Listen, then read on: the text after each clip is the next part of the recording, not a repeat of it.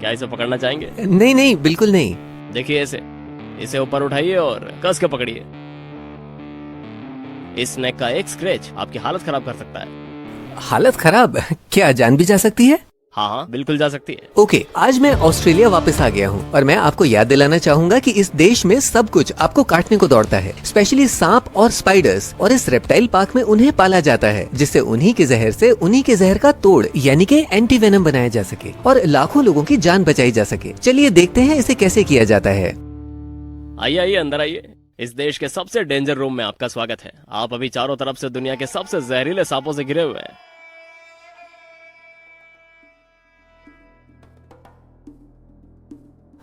और ये छोटे लॉक्स उन्हें अंदर रखते हैं। और ये या लॉक्स और एक पतला सा ग्लास।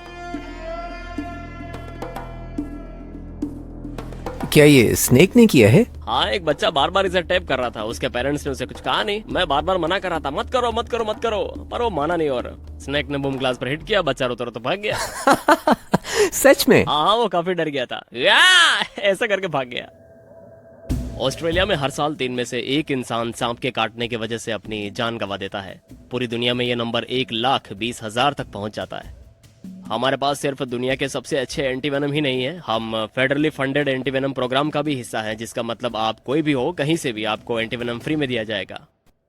मैं पहले एक बड़े कोस्टल ताइपन से शुरुआत करना चाहूंगा। ठीक है, पर पहले ही बड़ा वाला क्यों? मजा आएगा ना? ठीक है, बताइए मैं क्या जो करूं? आपके ठीक पीछे रखा हुआ है वो यहाँ का सबसे साइंटिफिक इक्विपमेंट है। सबसे पहले मैं उसे लेना चाहूंगा, क्योंकि इस सांप के केस में जोखिम नहीं उठा सकते। देख लिया, लीजिए। खूबसूरत। इसमें हम सांप के मुंह से वेनम लेंगे, बस इसका मूड अच्छा हो। आज है मेरे बड़े बच्चे, आज सही मूड में है ये। देख सकते हैं कितना बड़ा है ये। वो काफी बड़ा है। अब इस ग्लास डिश में इसके सिर को दबाएंगे। अब इसे ऊपर उठा रहा हूँ, आप पीछे से पकड़िए और वाइल मुझे दे दीजिए। ओके, ठीक है। काफी अजीब लग रहा है। आप देख सकते हैं मुझे खाने को दौड़ रहा है। स्नैक्स बुद्धू नहीं होते, वो इस वाइल को नहीं डसेगा, ये मुझे डसेगा। उंगली देखो, और ये दांत गए प्लास्टिक में। मर गया जहर।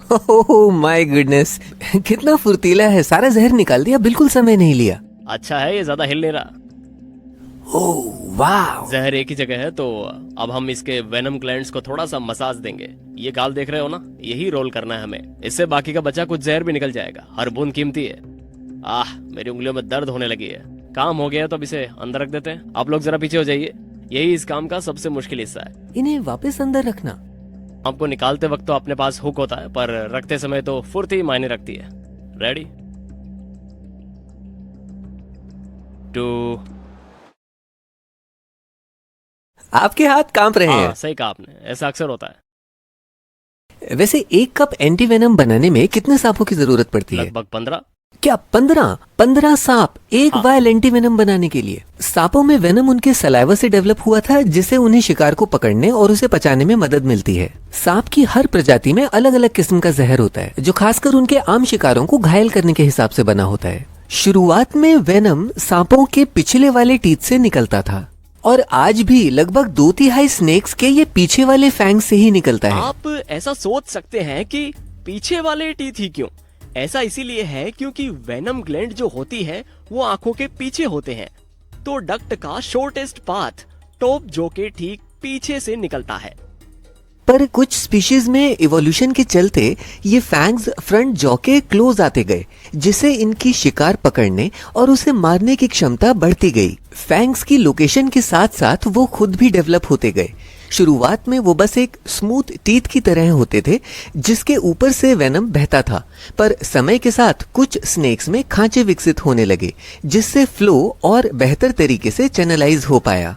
आगे कुछ स्पीशीज में ये खांचे और गहरे होते गए और एक टाइम आने पर बिल्कुल गायब हो गए और एक हॉलो टीथ बन गया। अब वेनम डायरेक्टली शिकार की बॉडी में डाला जा सकता था। पर फ्रंट फैंग्स ज्यादा स्नेक्स में नहीं मिलते। पूरी दुनिया के सिर्फ 1/7 स्नेक्स के ही फ्रंट फैंग्स हैं, पर ऑस्ट्रेलिया में यहाँ तो आपको लगभग हर स्नेक के फ्रंट फैंग्स देखने को मिल जाएंगे। और अभी हम यही देखने वाले हैं, बस पहले सेटअप हो जाए। ये वाला तो घूम रहा है। घूम तो रहा है, कोई बात नहीं, इसको ऐसे पकड़ लेते हैं। आप तैयार हैं? हाँ लाइए।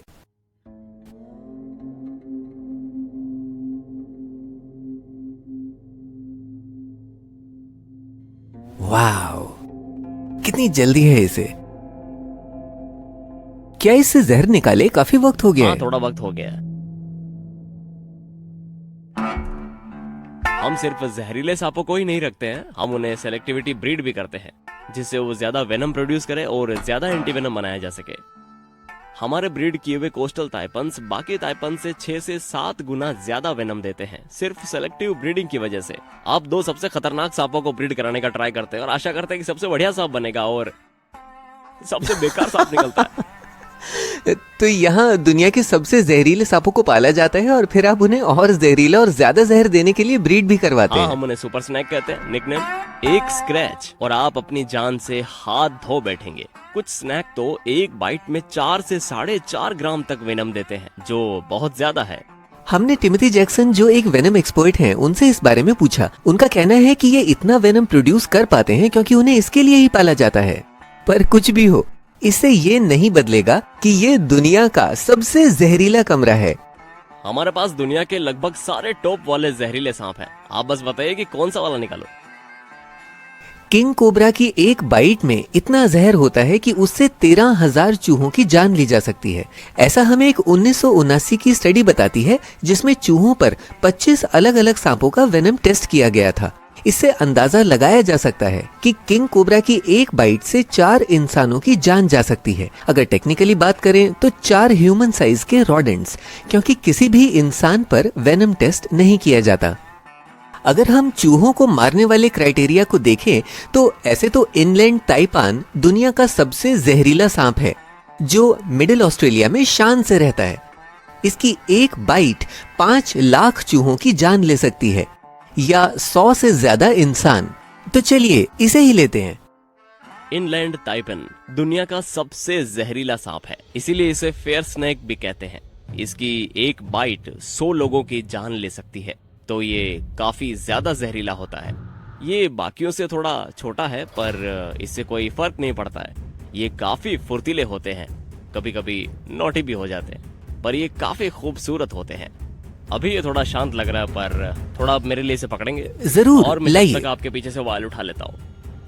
आ गया, बस देखो ये मुझे काटना चाहता है। हो गया शुरू। ये मजेदार है, दुनिया के सबसे जहरीले सांप को पकड़ना।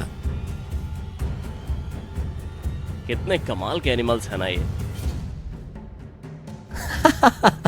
काफी फुर्ती दिखाई आपने। हाँ, ये वाला मुझे नर्वस कर देता है। आपका नहीं पता, पर मेरे पसीने छूट गए। आप ठीक हैं? जिस दिन ऐसा नहीं हुआ वो मेरा आखिरी दिन होगा, इसलिए डर होना जरूरी है। सबसे जहरीले सांप होने का पता लगाना थोड़ा पेचीदा है। हर स्नेक अपने शिकार के हिसाब से अपना जहर बनाता है, वहीं इनके शिकार भी वेनम से बचने की खूबी डेवलप करते रहते हैं। एग्जाम्पल के लिए हनी बैगर कोबरा के वेनम से बिल्कुल इम्यून होता है। तो एक बाइट कितनी खतरनाक हो सकती है, ये इस पर डिपेंड करता है कि स्नेक कौन सा है, उसके कैजुअल प्रे कौन है और उन्हें मारने में वो कितना जहर यूज करता है। साइंटिस्ट चूहों पर अलग अलग वेनम टेस्ट करते हैं, जिससे वो पता लगा सकें कि वेनम को न्यूट्रलाइज करने के लिए कितने एंटी वेनम की जरूरत पड़ती है। सांपों का जहर हमारे लिए भी जानलेवा होता है, क्योंकि हम उनके शिकार चूहों से क्लोजली रिलेटेड हैं। रोडेंट्स और प्राइमेट्स, जिस कैटेगरी में हम और मंकीज जैसे मैमल्स आते हैं, सिर्फ 75 मिलियन ईयर्स पहले ही इवोल्यूशन प्रोसेस में अलग हुए हैं। इससे पहले हम एक ही जीव थे, इसलिए हमारा और चूहों का बायोलॉजिकल ढांचा काफी हद तक सेम है। सेल के स्ट्रक्चर, ब्लड कोट होने के तरीके से लेकर ब्रेन में इम्पल्सेस भेजने तक। सांप अपने जहर से ऐसे मोलिकुलर पाथवेज को टारगेट करने की कोशिश करते हैं जो लगभग हर तरह के वर्टिब्रेट्स हों, या फिर हो सके तो हर तरह के जीव में हो। सांप का जहर 4 तरीके से आपकी जान ले सकता है। ये न्यूरोटॉक्सिक हो सकता है, जहां ये न्यूरोट्रांसमीटर्स न्यूरॉन्स के बीच में जो केमिकल्स होते हैं उनको इंटरप्ट करके हमारे ब्रेन और नर्वस सिस्टम को डैमेज करता है। ये हेमाटॉक्सिक हो सकता है, जहां वेनम ब्लड को थिन यानी प्लेटलेट्स के नंबर को कम कर देता है, जिससे घाव नहीं भर पाते और इंटरनल ब्लीडिंग होने से मौत हो जाती है। ये ऐसा ब्लड कोएगुलेशन की कॉम्प्लेक्स मशीनरी में इंटरप्शन क्रिएट करके करता है। ये साइटोटॉक्सिक भी हो सकता है, जहां ये सेल्स पर अटैक करके ब्लिस्टर्स और टिश्यू डेथ का कारण भी बन जाता है। ये मायोटॉक्सिक भी हो सकता है, जहाँ ये मसल्स को डिस्ट्रॉय कर देता है और पैरालिसिस का कारण बनता है। मजे की बात तो ये है कि सांप के जहर में 200 से ज्यादा कंपाउंड्स भी हो सकते हैं और ज्यादातर टाइम्स जहर चारों तरीके के वेनम का कॉम्बिनेशन होता है। इसीलिए सांप के जहर को ट्रीट करना इतना मुश्किल होता है। आप सिर्फ एक तरह के वेनम को नहीं बल्कि दर्जनों वेनम को एक साथ ठीक करने की कोशिश कर रहे होते हैं, जो सब पेशेंट की जान लेने पर तुले हुए होते हैं।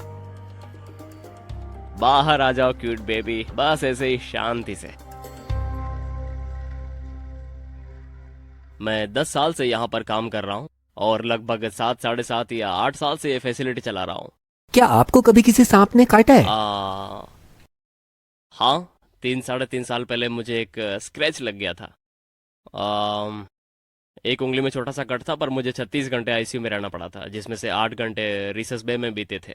काफी सीरियस कंडीशन थी। कैसा एक्सपीरियंस था आपके लिए? नियर डेथ काफी समथिंग? खराब। मुझे एंटीवेनम से एलर्जी है, जो आम बात नहीं है। मैं हाथी की तरह फूल गया था। डॉक्टर्स ने मुझे एड्रेनालिन से भरे इंजेक्शंस दिए एलर्जिक रिएक्शंस को खत्म करने के लिए। फिर मुझ में एंटीवेनम इंजेक्ट किया। ऐसा चलता रहा, और एंटीवेनम और एड्रेनालिन और एंटीवेनम और एड्रेनालिन। पर मेरा काम एक ही बार में हो गया था। उसने काटा नहीं था, बस एक स्क्रैच था। काटता तो पता नहीं क्या होता।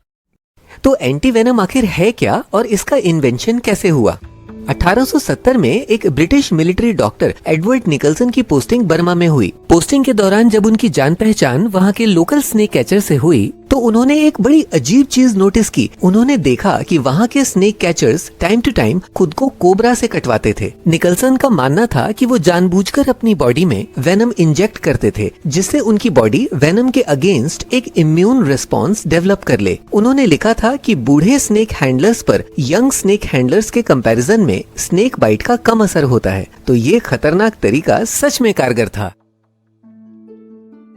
20 साल बाद साइगॉन में एक French medical researcher Albert Calmette local residents को स्मॉल पॉक्स के अगेंस्ट वैक्सीनेशंस लगा रहे थे। जब उन्होंने कोबरा से होने वाले हाहाकार के बारे में सुना तो उन्होंने सोचा कि क्या स्नेक्स के अगेंस्ट भी लोगों को वैक्सीनेट किया जा सकता है। इसी सोच के साथ जब वो पेरिस आए तो उन्होंने रैबिट में वेनम इंजेक्ट करना शुरू कर दिया। उन्होंने शुरुआत कोबरा के 0.03 मिलीग्राम वेनम से की और हर हफ्ते डोज को थोड़ा थोड़ा बढ़ाते गए।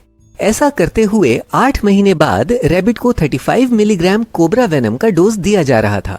नॉर्मल रैबिट तो इससे 15 गुना कम डोज में ही मर जाएगा, पर एल्बर्ट का रैबिट वो बिल्कुल ठीक था। उसकी बॉडी ने वेनम के अगेंस्ट एंटीबॉडीज डेवलप कर ली थी। उन्होंने वेनम के इफेक्ट को न्यूट्रलाइज करने के लिए एंटीबॉडीज डेवलप कर ली थी। तो आप किसी और बीमारी की तरह स्नेक बाइट से भी इम्यून हो सकते हैं। पर भला कोई इंसान एक स्नेक के काटने के डर से हर स्नेक के अगेंस्ट वैक्सीनेटेड होना चाहेगा जस्ट इन केस कोई एक उसे काट ले? कैलमेट ने सोचा ये ज्यादा बेहतर तब रहेगा जब एंटीबॉडीज को काटने के बाद इंजेक्ट किया जा सके। तो उन्होंने वैक्सीनेटेड रैबिट से ब्लड निकाला और उस सीरम को आइसोलेट करके रख दिया जिसमें एंटीबॉडीज थी। फिर उन्होंने उसी सीरम को ऐसे रैबिट में इंजेक्ट किया जिसकी बॉडी पहले कभी वेनम के कांटेक्ट में नहीं आई थी। और जब उन्होंने लीथल डोज से डबल वेनम रैबिट में इंजेक्ट किया तो उसे कुछ नहीं हुआ, वो ठीक था। इसी के साथ कैलमेट पहली बार इम्यूनिटी को एक से दूसरे रैबिट में ट्रांसफर करने में सफल हो गए। ये पहला एंटी वेनम था, या अगर कैलमेट के शब्दों में कहें तो एंटीविनिन। इसीलिए मेरा फोन बार बार एंटी वेनम को ऑटो करेक्ट करके एंटीविनिन कर देता है। आज तक एंटी वेनम ऐसे ही बनाया जाता है। यहाँ रेप्टाइल पार्क में ये सांपों से वेनम कलेक्ट करते हैं, उसे फ्रीज करके रखते हैं और फिर इसे डाइल्यूट करके डोनर एनिमल्स में इंजेक्ट करने के लिए भेज देते हैं,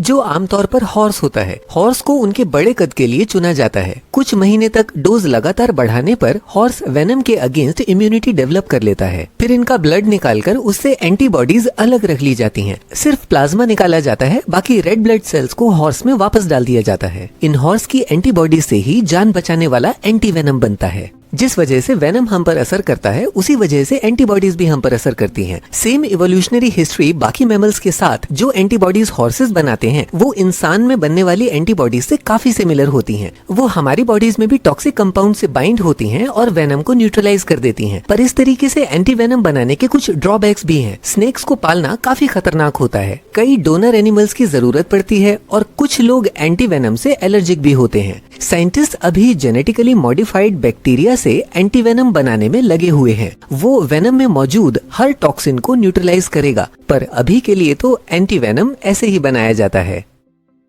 अब आपका हाथ कैसा है? अभी भी दर्द है क्या? हाँ, थोड़ा दर्द है अभी। ये काम जो जैक और उन जैसे लोग करते हैं, इससे दुनिया भर में लाखों लोगों की जान बचती है। अगर आप यहाँ शान दिखाने आए और सोच रहे हैं कि मैं शो ऑफ करता हूँ, देखो देखो कैसे कैसे सांप पालता हूँ, तो सॉरी, ये काम आपके लिए नहीं है। एक बार सांप आपको काटेगा तो आप कहोगे कि ये काम मेरे लिए नहीं है। आप यहाँ आए क्योंकि आपको जानवरों से प्यार है और आप मनपसंद जानवर के साथ रहकर आप लोगों की जान बचा सकते हैं। और यदि आप सोचते हैं कि आप डॉक्टर नहीं बन सकते पर सांपों को संभाल सकते हैं, तो ये काम आपके लिए है।